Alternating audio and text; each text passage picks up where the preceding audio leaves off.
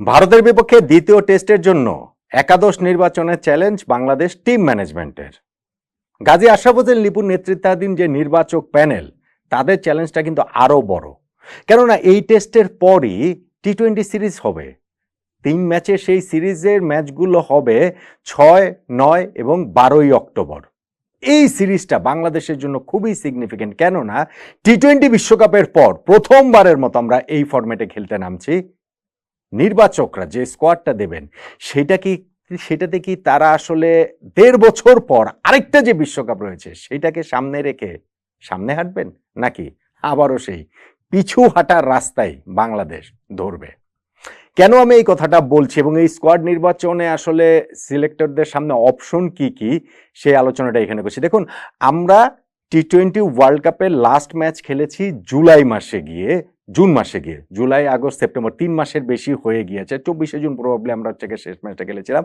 ফলে এখন আবার যখন আমরা আরেকটা টি-20 সিরিজ আমাদের সামনে এসেছে, এর মধ্যে তো আমাদের ঘরোয়া কোনো টি-20 হয়নি, টি-20 ফরম্যাটে আমরা কোনো ম্যাচ খেলিনি। ফলে নির্বাচকদের জন্য কাজটা কঠিন। কিন্তু আমি যেটা বলছিলাম সেটা হচ্ছে কি, যে এক বিশ্বকাপের থেকে আরেক বিশ্বকাপের একটা সাইকেল রয়েছে। 2026 সালের ফেব্রুয়ারি মার্চে পরের টি-20 বিশ্বকাপ হওয়ার কথা। আমরা কি সেইটাকে মাথায় রেখেই এইবারের এই স্কোয়াড নির্বাচনটা কি করবো কিনা, করাটা উচিত কিনা? উচিত তো অবশ্যই, সেটা নিয়ে কোনো ডাউট নেই। আমাদের সিলেকশন প্যানেলের সামনে একটা ক্লিয়ার আইডিয়া আছে। আমি দেখছিলাম যে ওই দিন ভারত সফররত নির্বাচক হান্নান সরকার তিনি বলছিলেন যে এইবারে আমাদের যে বিপিএল হবে, বিপিএল এর আগে আমাদের 3-6টা ম্যাচ রয়েছে, তারপরে বিশ্বকাপের আগে আমাদের হচ্ছে গিয়ে 18টা টি-20 ম্যাচ রয়েছে। এগুলো সবকিছু মিলে আমরা একটা দল তৈরি করব। কিন্তু সেই তৈরি করার কাজটা তো এখন থেকেই শুরু করতে হবে, এবং সেই শুরুর যে স্টেপটা, সেটা আসলে নির্বাচকরা কোন ডিরেকশনে টিমটাকে নিতে চান সেটা খুব গুরুত্বপূর্ণ। দেখুন, আপনার টি-20 ওয়ার্ল্ড কাপের যে আমাদের স্কোয়াডটা দেওয়া হয়েছে 15 সদস্যের, সেইটার সঙ্গে যদি আমরা মিলাই, ধরেন আমাদের ওপেনিং এ পুরোপুরি চেঞ্জ দরকার, এটা আসলে বলে দেওয়াই যায়। কিভাবে বলে দেওয়া যায়? টি-20 বিশ্বকাপে আমাদের ওপেনার ছিলেন তানজিদ হাসান তামিম। তিনি 7 ম্যাচের সবগুলো খেলেছেন, করেছেন মাত্র 76 রান। আমাদের ওপেনার ওইখানে 2 ম্যাচ খেলানো হয়েছে হচ্ছে গিয়ে কি বলা চলে, যে ওইখানে সৌম্যও খেলেছেন ওপেনার হিসাবে খেলেছেন আমাদের নাজমুল হোসেন শান্ত, কেউ সফল হননি। আমাদের এইখানে ওপেনার হিসেবে লিটন দাসকে পরের দিকে খেলানো হয়েছে, 5টা ম্যাচ তিনি খেলেছেন, এর মধ্যে শুধুমাত্র শেষ ম্যাচটাতে গিয়ে তিনি 50+ স্কোর করেছেন। মোটা দাগে টি-20 ওয়ার্ল্ড কাপ ব্যর্থ হয়েছেন। টি-20 ওয়ার্ল্ড কাপে আমাদের সব ওপেনারই ব্যর্থ হয়েছেন। তাহলে এই জায়গাটা থেকে আমরা হোলসেল চেঞ্জ করতে পারি? আমাদের অপশন কোথায়? আমার কাছে যেটা মনে হয়, তানজিদ হাসান তামিমের উপরে সিলেকশন প্যানেল এখনো ইনভেস্ট করতে পারে।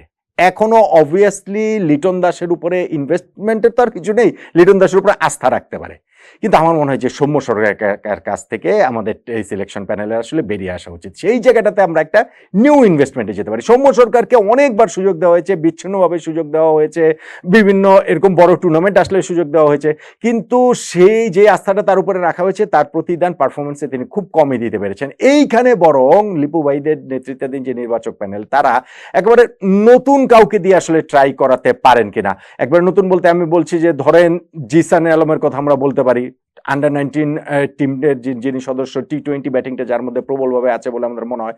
পারভেজ হোসেন ইমন রয়েছেন, তাকে দিয়ে ওই জায়গাটাতে সিলেকশন প্যানেল একটা ট্রাই করাতে পারে, ইনভেস্ট অন্তত পক্ষে করাতে পারে। এই জায়গাটাতে আমার মনে হয় যে সামনে তাকানোর আমাদের ওপেনিং এর একটা স্লটে সুযোগ রয়েছে। হ্যাঁ, এখন তারপরে জায়গা বলতে বলে ক্যাপ্টেন শান্তর টি-20 ব্যাটিংটা প্রশ্নবিদ্ধ। কিন্তু শান্তকে যখন 3 ফরম্যাটের ক্যাপ্টেন করা হয়েছে এবং সেইখান থেকে এই মুহূর্তে সরে যাওয়ার আসলে কোনো পরিকল্পনা বাংলাদেশ ক্রিকেট বোর্ডের নেই। ফলে শান্তর এই টিমে জায়গা পাওয়া না পাওয়া নিয়ে ভারতের বিপক্ষে স্কোয়াডটাতে অন্তত পক্ষে সেই আলোচনা করাটার আসলে খুব একটা যৌক্তিকতা নেই। এবং আমাদের মিডল অর্ডারে যদি আপনি বলি যে তাওহিদ হৃদয় সবচেয়ে সলিড পারফর্মার, টি-20 টিমের 2026 ওয়ার্ল্ড কাপ সামনে রেখে মিডল অর্ডারের সবচেয়ে বড় ভরসা তিনি হয়ে উঠতে পারেন। সো তার জায়গাটাও পুরোপুরি আসলে নিশ্চিত। সাকিব আল হাসান কি আসলে 2026 টি-20 ওয়ার্ল্ড কাপ পর্যন্ত থাকবেন কিনা? সাকিব কিন্তু ওই টি-20 ওয়ার্ল্ড কাপ, এইবারের যে টি-20 ওয়ার্ল্ড কাপটা হয়েছে তার আগে ওই বিসিবি যে ইন্টারভিউ নিয়েছিল, যেটা আমাদের কাছে পাঠিয়েছিল, সেখানে কিন্তু সাকিব বলেছিলেন যে পরের টি-20 ওয়ার্ল্ড কাপেও তার চোখ রয়েছে। সিলেকশন প্যানেল তার সঙ্গে কথা বলে যদি মনে হয় যে না 2 বছর পরে টি-20 বা 1.5 বছর পরে টি-20 ওয়ার্ল্ড কাপ পর্যন্ত সাকিবের খেলার ইচ্ছা রয়েছে, আমি মনে করি যে তাকে আসলে ক্যারি করা উচিত। তাকে নিয়ে আমরা টি-20 ফরম্যাটে এই জায়গাটাতে এগোতে পারি। কিন্তু ব্যাটিং এর পরের যে 2টা জায়গা, আমাদের যে লেট অর্ডার ব্যাটিং ওপেনিং এর মতোই, সেইখানে জাকির হাসান এবং মাহমুদুল্লাহ রিয়াদ, এই দুজনকে নিয়ে কি আমরা এগোবো? দেখুন, দুজনের কেসটা ভিন্ন রকম। মানে জাকের আলী অনেক দুজনে কেসটা ভিন্ন রকম। জাকের আলী অনেককে আসলে আমাদের এই ফিনিশার রোলটাতে স্পেশালিস্ট হিসেবে আনা হয়েছে।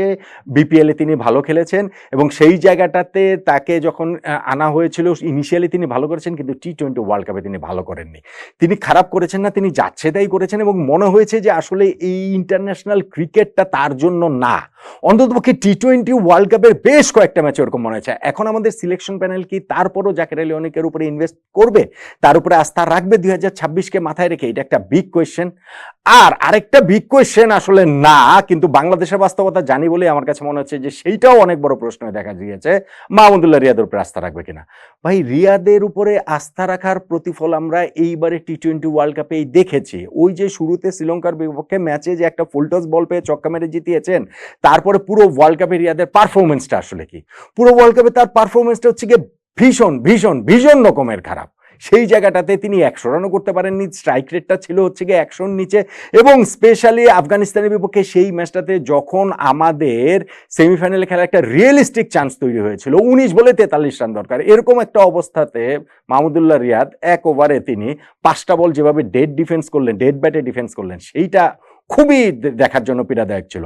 আর তার বয়স এখনই অফিসিয়ালি হয়ে গেছে, মানে 39 হয়ে গেছে। 2 বছর পরের বিশ্বকাপ, আমরা কি তাকে নিয়ে ততদিন এগোবো? না এগুলে তাহলে আমরা যদি বলি যে না 1-2টা সিরিজ তাও রিয়াদকে খেলাই, এইটা আসলে কোনো কথা হতে পারে না। এইখানে আমাদের বিকল্প নেই, আমরা কাকে খেলাবো এগুলো কোনো কাজেরই কথা না। হ্যাঁ, আপনি এখন বলতে পারেন যে সত্যিকার অর্থে তাহলে আমরা কাকে নেব? আমরা কি এখানে আফিফকে আবার ট্রাই করবো? আমরা কি এখানে শামীম পাটোয়ারিকে আমরা ট্রাই করবো? তাদেরকে আমরা ট্রাই করেছি, তারা তো ব্যর্থ হয়েছেন। এখন বাংলাদেশে খেলোয়াড়ের সংকট এমন বেশি যে আপনার শেষ পর্যন্ত গিয়ে ওই রকম ভাবেই আসলে ওই তারুণ্যের উপরেই আপনার ইনভেস্ট করতে হবে, অথবা একদম পরে যখন আমাদের সামনে বিপিএল আসছে ডিসেম্বর থেকে, যেটা 27 তারিখে যদি বিপিএলটা হয়, ওইখানে যদি কোনো পারফরমেন্স তাদের উপরে আমরা ইনভেস্ট করতে পারি। কিন্তু যাদেরকে দিয়ে হবেই না তাদেরকে ওই জায়গাটা থেকে আসলে 2026 টি-20 ওয়ার্ল্ড কাপ সামনে রেখে যদি কারো মনে হয় বা সিলেকশন প্যানেলের মনে হয় যে মাহমুদুল্লাহ রিয়াদ ততদিন পর্যন্ত খেলতে পারবেন, এইটা একটা হাস্যকর ব্যাপার হয়ে যায়। ফলে অবশ্যই অবশ্যই অবশ্যই সিলেকশন প্যানেলের এই জায়গাটাতে মাহমুদুল্লাহ রিয়াদকে বাদ দিয়ে সামনে এগোনো, সামনে তাকানোটা উচিত বলে আমার কাছে মনে হয়।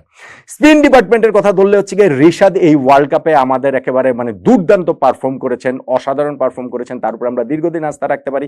আমাদের তো সাকিব রয়েছেন এই জায়গায়, শেখ মাহেদী হাসানও খুব খারাপ করেননি বা তার উপরে এখনো আস্থা রাখা যায়। কিন্তু তানভীরের বিষয় কি? তানভীরকে নেওয়া হয়েছে, কোনো ম্যাচ খেলানো হয়নি, কোনো ম্যাচ না খেলিয়ে কি তাকে বাদ দিয়ে আমরা এগোতে পারবো? আবার আমাদের এখানে স্পিনে কিন্তু বিকল্প রয়েছে, আমাদের মেহেদী হাসান মিরাজকে আবারও ফেরত আনার সুযোগ রয়েছে, আমাদের এখানে নাসুম আহমেদ রয়েছেন, রকিবুল রয়েছেন। সিলেকশন প্যানেল কি 2026 মাথায় রেখে স্পিন ডিপার্টমেন্টের এই জায়গাটাতে চেঞ্জ করবে কিনা?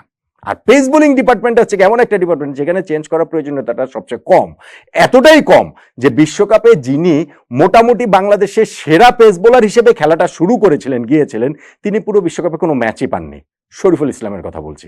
কারণ আমাদের পেসাররা ওইখানে তানজিম সাকিব এত ফ্যান্টাস্টিক বোলিং করেছেন, মুস্তাফিজ এত ভালো করেছেন, তাসকিন এত ভালো করেছেন যে শরীফুলকে আসলে ম্যাচ খেলানোর মতো সুযোগই দেওয়া হয়নি। তারপরও আমাদের এইখানটাতে কিন্তু এখন হাসান মাহমুদকে আবার এখানে আনা যেতে পারে।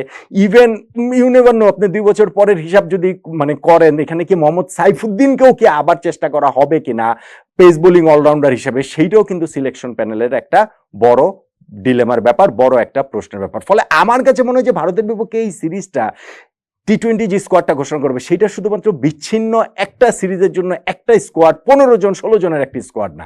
এইটার মধ্যে হচ্ছে গিয়ে সিলেকশন প্যানেলের এখানে হচ্ছে গিয়ে লিপু ভাই রয়েছেন, রাজাক রয়েছেন, হান্নান সরকার রয়েছেন, তাদের ওই দূরদর্শিতার ছাপটা থাকতে হবে, অ্যাটলিস্ট ওই ডিরেকশনটা থাকতে হবে যে 2026 মাথায় রেখে আমরা আসলে এগোচ্ছি। আমরা যেগুলো হচ্ছে গিয়ে ডেড উড যেগুলো আছে সেগুলোকে আমরা ঝেড়ে ফেলেই আসলে আমরা সামনে এগোচ্ছি, সেইটা যদি আমরা না করতে পারি তাহলে যেই চক্রের মধ্যে আমরা আছি যে আমরা একজনকে নিলাম, 2টা সিরিজ খেলালাম, ব্যর্থ হলেন, আবার বাদ দিয়ে অন্য আরেকজনকে নিলাম, তিনি ব্যর্থ হলেন, তখন আবার সেই পুরনো জনকে আবার ফেরত আনলাম, এই চক্র থেকে আমরা আসলে আর বেরোতে পারবো না। যেহেতু এখন একটা